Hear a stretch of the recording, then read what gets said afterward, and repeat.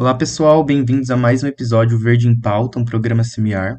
Eu sou o Felipe, estudante graduando da Engenharia Ambiental da Unesp de Rio Claro. A gente trouxe o Tomás, ele vai falar um pouco sobre o trabalho dele na Mata Ciliar aqui, um projeto super legal. E ele também fez um intercâmbio recentemente no México. E eu vou pedir o Tomás dar uma apresentada aí. Se apresenta aí, Tomás. Bom, e aí, gente? Prazer estar aqui. Obrigado pelo convite aí, Felipe. Então, eu sou Tomás. Obrigado, Felipe, pelo convite. Prazer estar aqui conversando com vocês. Eu sou graduando em Geografia, estou para me formar agora no final do ano. E sempre trabalhei na parte de extensão e pesquisa na área da ecologia, da agroecologia. E vim contar aqui para vocês um pouco do meu trabalho. Legal, pô. E eu queria começar perguntando, a origem do projeto de reflorestamento da Mata Ciliar e como que foi seu primeiro contato com esse projeto? Então, acho que convém também fazer uma contextualização para falar sobre o projeto Araucária, né? Esse meu trabalho da restauração da mata ciliar está dentro desse grande projeto, né? Agora o programa Araucária foi um projeto que venceu, né? Uma competição ali da ONU de projetos de campo sustentável em 2021. E aí, em 2022, quando voltou a pandemia, né? Voltou as aulas presenciais. Eu vim aqui para Rio Claro, né, para continuar minha graduação. E aí eu descobri esse projeto, né, um projeto que tinha essa proposta da restauração da mata ciliar, de expandir agroflorestas no campus, expandir a rede de ciclovias. Me interessei muito, que era um tema que eu gostava já. E aí logo eu fui na apresentação do projeto e me perguntei, né, poxa, vocês estão precisando de alguém para produzir mudas? Foi esse meu contato, na verdade, porque eu não tinha a intenção de fazer pesquisa. Eu percebi que era um projeto que tinha muita demanda de plantio, né? Então, para os plantios precisava de mudas. Eu falei, olha, eu tenho experiência, já tinha trabalhado em viveiro, trabalhado com agrofloresta. Falei, eu posso produzir as mudas para o projeto. Só que logo, né, nesse mundo da academia, o professor falou assim, por que você não faz uma iniciação científica com isso? Aí eu, tá, vamos ver isso aí, dá para ter bolsa. Aí foi interessante, né? E aí fui lá e escrevi um projeto de iniciação científica, foi aprovado, consegui uma bolsa do CNPq para trabalhar com, com a restauração. Inicialmente era com a produção de mudas, mas eu caminhei depois para a restauração. E aí foi em 2022, né, no período das chuvas, no final do ano, que a gente implantou essa área da mata ciliar, né, contextualizando o local, né, é, a, é um trecho da mata ciliar do Ribeirão Claro, que é um afluente aqui do Corumbataí, né? Faz parte da bacia do Corumbataí. E ele faz a divisa entre o campus e o horto florestal, né? A FEENA, né? Floresta Estadual Edmundo Navarro de Andrade. E nessa proposta do projeto é restaurar 10 hectares, a gente começou com um módulo lá de mais ou menos 1.000 metros quadrados. E aí, então, foi muito legal, porque a minha pesquisa, ela foi para além da, da pesquisa, foi de fato a implantação, que é o que eu queria fazer, uma coisa prática, de uma área de restauração, né? Foi feito plantio de 200 mudas, 20 e tantas espécies, e aí em cima dessa restauração a gente fez a pesquisa, né? A gente fez, eu digo também, porque foi uma pesquisa muito participativa, tive o apoio de muitas pessoas aí que ajudaram, né? E até hoje seguem aí, né? Fazendo esse trabalho junto. Caramba, muito legal. E você falou desse reflorestamento é só com espécies nativas, né? Sem dúvida. As espécies arbóreas que a gente planta, né? São espécies nativas, né? Espécies que vão, no caso, as árvores que vão se perpetuar ali são espécies nativas. Ao Legal. mesmo tempo que a gente traz ali, por exemplo, a ideia da agrofloresta, né? Para o manejo ali, né? A minha pesquisa justamente foi com a parte de como que a gente controla a braquiária, né, as gramíneas, espécies invasoras que atrapalham o crescimento das árvores, sem o uso de herbicida. Esse foi o foco da minha pesquisa, né, falando mais brevemente. E aí, testou a capina, a roçada, testou também o plantio de outras espécies, no caso é que a gente chama de adubação verde, né? feijão de porco, feijão guandu, crotalária e tantos outros, para competir com essas gramíneas, né, exóticas. E aí, nesse caso, a gente planta, sim, espécies que não são nativas, né, ou, por exemplo, o feijão de porco, o guandu, só que, ao mesmo tempo, são espécies que são de ciclo curto, né? Em 6 meses, 8 meses, o feijão de porco já saiu do sistema, o guandu, 3 anos, ele sai do sistema. Então, e não são espécies invasoras, né? Então, a gente trabalha, assim, com outras espécies que não são nativas, mas que não são invasoras e que vão logo sair do sistema. A gente foca na restauração. Quanto a pensando nas espécies de árvores, aí sim, espécies nativas. Bom. E quais que são as vantagens e as limitações para um reflorestamento com espécies nativas? Se por ver, na legislação, assim, existem umas brechas, assim, né, para você trabalhar com espécies exóticas, né, plantio, fazer consórcio de eucalipto com espécies nativas, enfim, tudo que as pessoas vão tentando ali, né, trazer algum interesse também para que seja restaurada a área e trazendo espécies, por exemplo, trazer um eucalipto que você pode tirar renda depois, né, um incentivo para restaurar com espécies exóticas que você pode cortar e vender depois, né, espécies nativas para você fazer o corte e ter algum recurso depois é mais complexo, né. Enfim, acho que sempre o debate é um pouco esse, assim, né? A restauração com espécies nativas ali para restaurar uma mata ciliar é uma coisa que você não vai ter um retorno financeiro. Você tem um retorno de serviços ecossistêmicos, né? Uhum. Você vai ter uma melhor qualidade da sua água, sobretudo, né? No contexto de mata ciliar, você vai ter uma melhor qualidade do ar, enfim, do solo, vai trazer biodiversidade de aves, insetos, né? São inúmeros, né? Os serviços ecossistêmicos de uma floresta. As limitações acho que a limitação é que não tem interesse muitas vezes, né? Porque não vai te dar um retorno financeiro, né? Quase. Também existe a possibilidade de fazer o que a gente está fazendo, né? Essa coisa da restauração através do consórcio com espécies agrícolas também, né?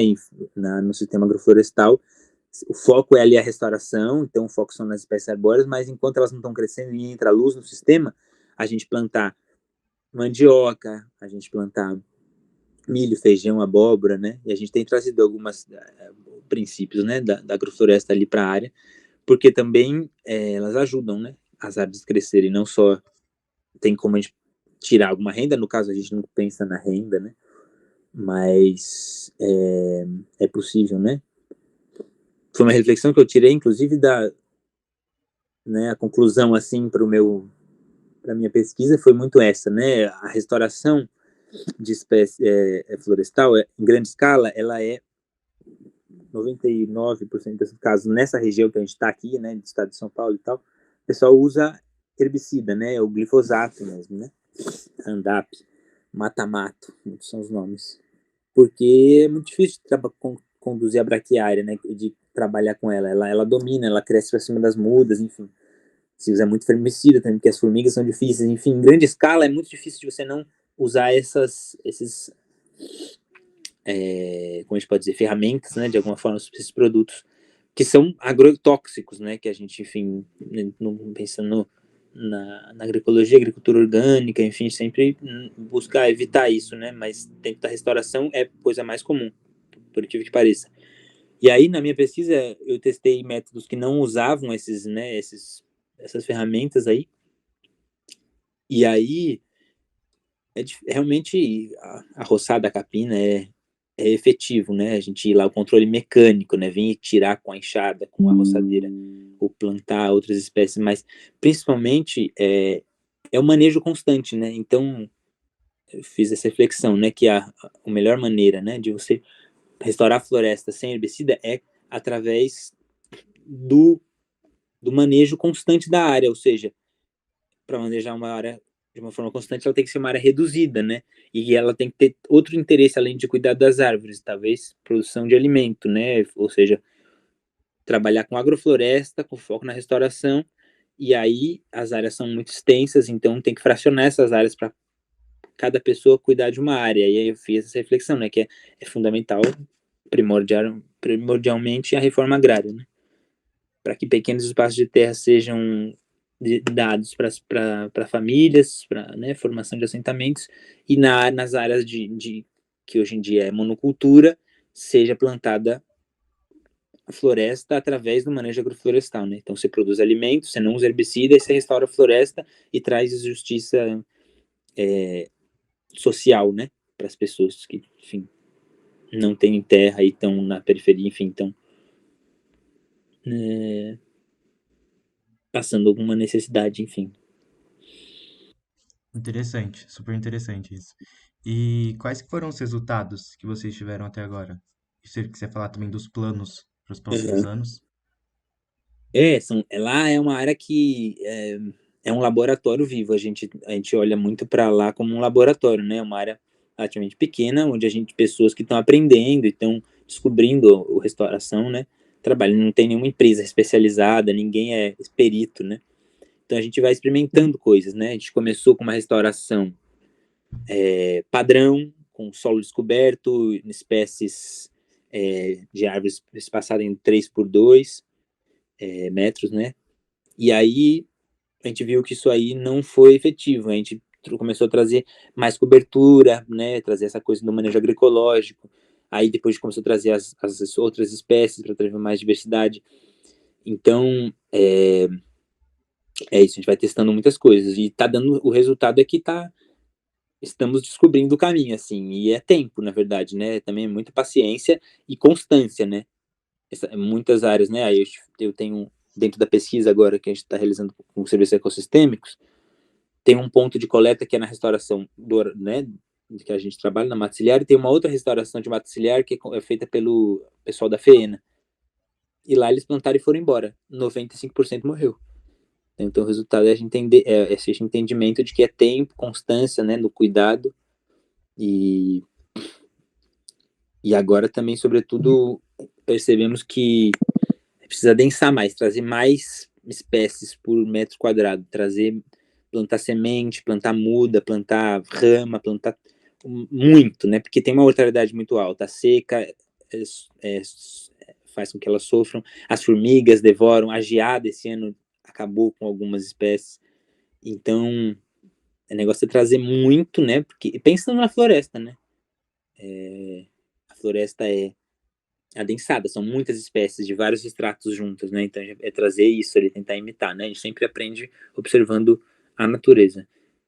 E a vontade, com certeza, dos próximos planos é expandir, né? Expandir essa área e continuar esse trabalho, mas agora já com todo o know-how, né? Esse aprendizado que a gente teve dessa primeiros 3 anos, né? Já foram mais de 3 anos de trabalho. E a gente vai aplicar nessa outra área, né? Começar com o manejo do solo, cobrir o solo, né? Trabalhar com essa braquiária com calma, né? Reduzir ela e tal. E aí depois vir com as mudas, né? Acho que o grande aprendizado é esse, né? O resultado é esse aprendizado de que o manejo do solo é primordial, né? Começar a trabalhar nesse solo, tirando as espécies exóticas, dando condição para ele ter força para sustentar, né? Essa vida mais complexa que é a árvore, né? As árvores exigem mais, assim, né? Trabalhar com a adubação verde inicialmente, enfim. A gente vai aprendendo. Mas o plano, sem dúvida, é expandir, né? Expandir as parcerias também. O pessoal dos escoteiros aqui, do Grupo Escoteiro de Rio Claro, sempre fortalece. A gente está fechando uma parceria anual deles sempre fazerem um plantio no final do ano. Ano passado foi muito legal. Esse ano já está organizado para o final de novembro. E assim a gente vai plantando floresta, né? Com muita paciência. Bom, obrigado por ter compartilhado esse seu contato com esse projeto aí, super legal. E agora eu queria que você falasse um pouco mais sobre o seu intercâmbio que você fez recentemente. O que que você estudou lá e por que que o México? Por que foi no México em si? Massa, Felipe. Então, cara, eu tô dentro também, estou fazendo agora essa pesquisa com serviços ecossistêmicos, que ela faz parte de um grande projeto que foi escrito pelo o João Pena, né, que é é um dos coordenadores do projeto Araucária, inclusive. Ele é ele, ele já é pós-doc, ele está no caminho para se tornar professor. Ele aprovou um projeto da FAPESP Jovem Pesquisador, no qual tinha 3 linhas, né, de pesquisa, e uma delas a parte de diversidade de aves, diversidade de insetos, polinizadores e serviços ecossistêmicos.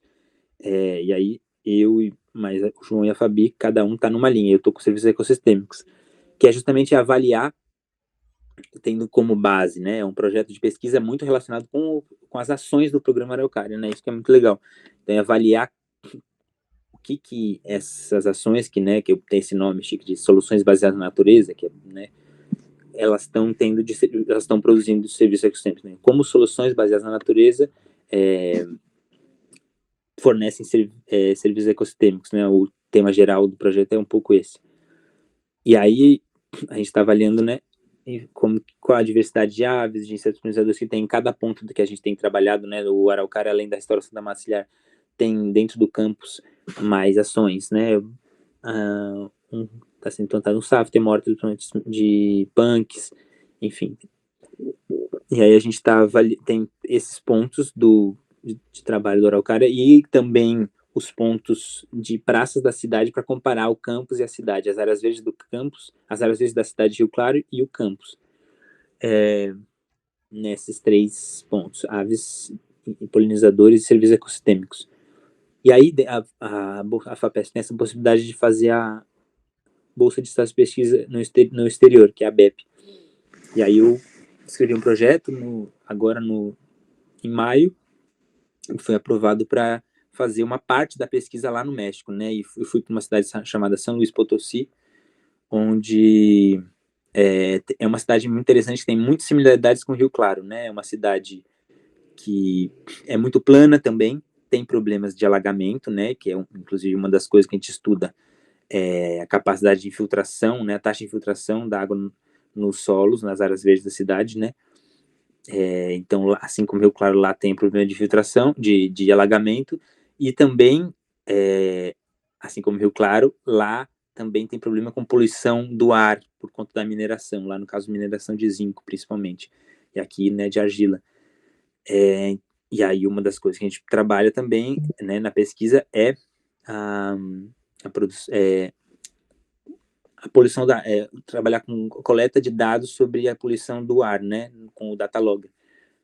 E aí, essa cidade, eu fui para um instituto de pesquisa, chamado IPCIT, Instituto de Pesquisa Científica e Tecnológica de Instituto Potosino de Investigação Científica e Tecnológica. Né? E lá eu apliquei a mesma metodologia que eu estou trabalhando aqui, né? Fui nas áreas verdes avaliar os serviços ecossistêmicos. Legal. E você comentou um pouco, né, das semelhanças e as diferenças da cultura do Brasil com o México, né? Você comentou mais em específico sobre a cidade, né, de Rio Claro com a cidade que você estava. Você conseguiu ver uma diferença mais abrangente, tipo, questão do Brasil com o México? Em relação... Cultural, você disse? Sim, cultural. Uhum. Na verdade, eu vi principalmente semelhanças, né? Acho que foi muito interessante observar isso. Como são 2 países, apesar de um estar no hemisfério sul e no hemisfério norte, né? O México ainda é considerado sul global, né? Porque é isso, é um país que foi colonizado por um país da Península Ibérica, no caso a Espanha, aqui a gente Portugal, mas assim, um pouco muda. Um país que foi colonizado, um país que tinha uma população indígena, com todo o seu conhecimento, com todo o seu modo de vida que foi absolutamente, com a palavra, né? Difícil de descobrir qual a palavra que a gente usa nesses casos, né? Destruída, dizimada, né? Enfim. Então, essas similaridades, né? Acho que a gente é muito importante a gente que está aqui, né? Enfim, acho que no mundo todo, né? Ter esse olhar para a sociedade pensando no processo de colonização, né? Como ele determinou tudo que veio depois, assim, né? Como ele tanto a questão da colonização, que também está ligada à questão de classe também, né? Veio uma raça, povo, né, europeu branco que chega ali, coloniza, impõe um modo de vida, um modo de produção, né? O capitalismo chega também com a colonização, se desenvolve e aí todo esse modo de vida, essa cultura, enfim, danças, músicas, né? As línguas, assim, vão se perdendo, né? Apesar de que, claro que tem o processo de resistência, né? Então, tem muita coisa que resiste lá e vive, né? E é uma riqueza sem fim, assim, né? A culinária do México é uma coisa espetacular. A música, enfim, né? E aí tem todos os aspectos aí da cultura que resistem, né? E também que são, né? Não necessariamente de um povo, mas assim, o processo da colonização tem essa mescla, né? E aí aflora uma cultura muito rica, assim como o Brasil, assim, eu fiquei reparando muito nas similaridades, né, justamente são dois países colonizados do sul global, né, e que tiveram essa opressão do seu povo, que foi escravizado, enfim, a questão da igreja, né, das religiões católicas que chegam e oprimem, enfim,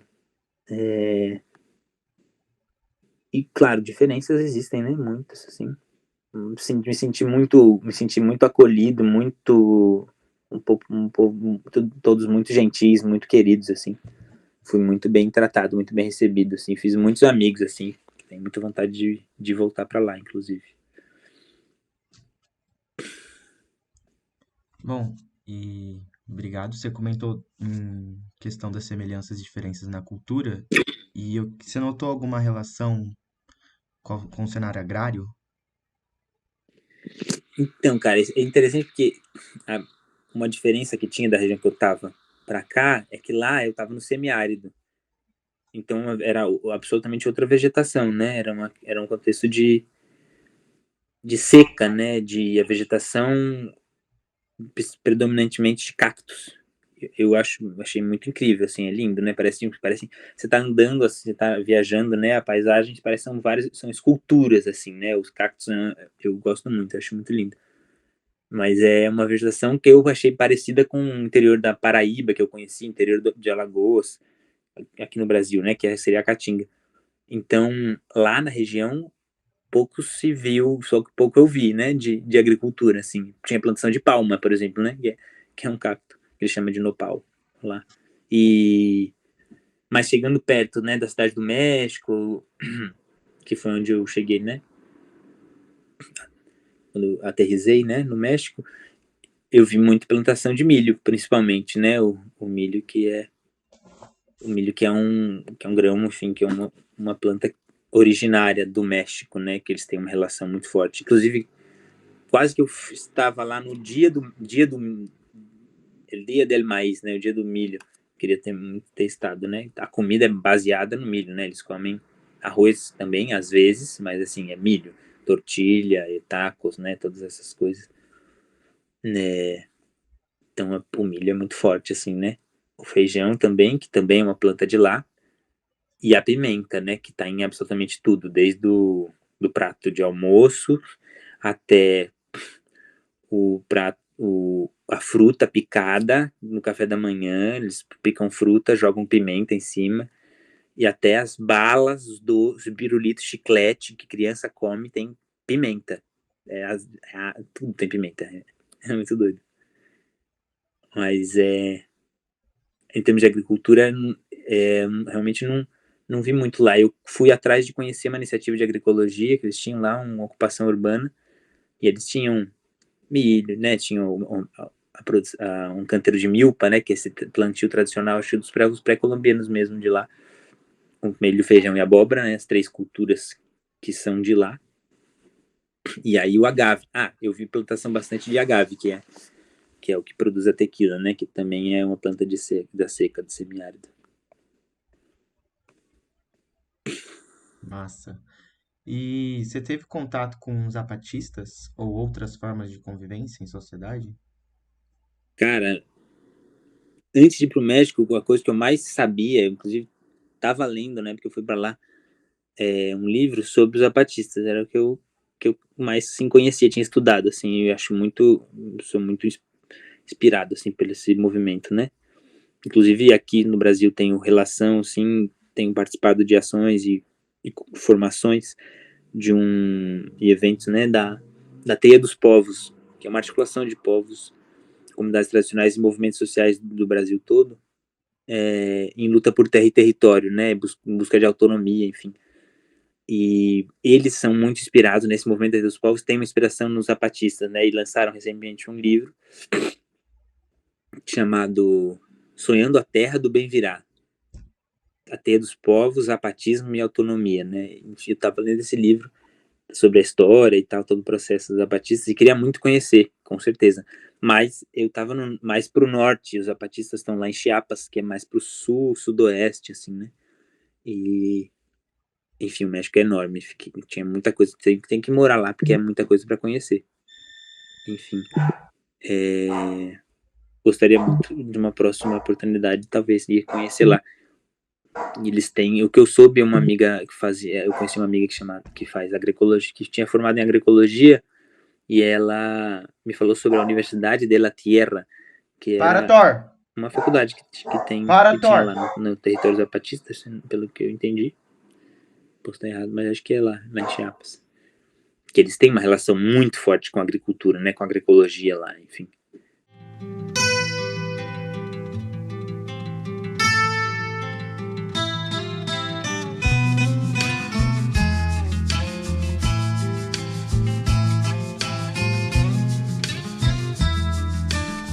Bom, obrigado, Tomás, pelas perguntas aí que você respondeu, por esse conhecimento, essa experiência que você teve, que você está compartilhando aqui. E aí eu queria dar umas perguntas de quebra-gelo. Uhum. Seu filme favorito, algum álbum da sua vida, ou música, e um hobby. Massa. Cara, o filme favorito é a primeira? Sim, Cara, posso te falar dois? pode? Eu gosto muito de Pulp Fiction, é um dos meus filmes favoritos, Pulp Fiction, mas mais recentemente eu conheci um filme brasileiro chamado Azougue, com Z, Azougue Nazaré. Um filme produzido no interior de Pernambuco. O cinema lá em Pernambuco é maravilhoso, né? E lá, esse filme é maravilhoso, recomendo demais. Difícil de encontrar ele para assistir, consegui baixar ele no torrent. Tinha uma época que estava disponível no Itaú Cultural também. Uhum. Qual que é as outras? É Álbum da Vida? Sim, o álbum da sua vida ou alguma música. Enfim, Caia na Gandaia, Gil reinterpretando Bob Marley. Isso é absolutamente genial. Se eu escolhesse um, é esse, sem dúvida nenhuma. Legal. E um hobby? Um hobby, cara. O que configurar hobby exatamente, né? Acho que. Deixa eu pensar. Acho que é. Enfim. Eu faço beatbox. Esse acho que é um hobbyzinho que eu tenho. Às vezes eu fico fissurado, fico vendo vídeo, tem campeonato e tal.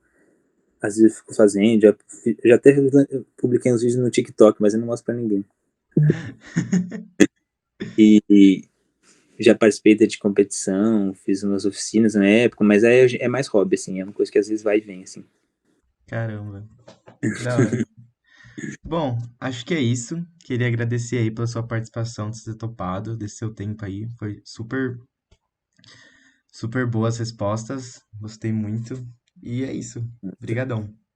Valeu, Felipe. Obrigado, Tomás. Até mais. Até.